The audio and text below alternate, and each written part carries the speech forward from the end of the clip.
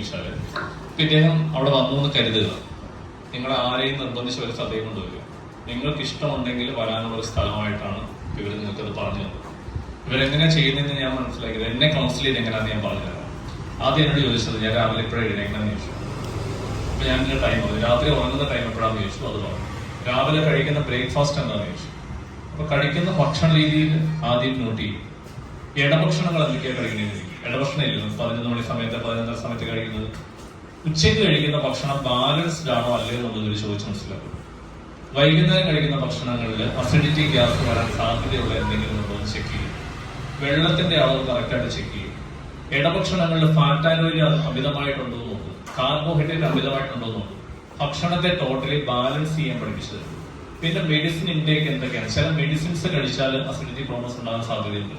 ഇങ്ങനെ ടോട്ടൽ ഒരു ദിവസത്തെ ഭക്ഷണ രീതി മുഴുവൻ അനലൈസ് ചെയ്ത് നമ്മുടെ ഉറക്കത്തിന്റെ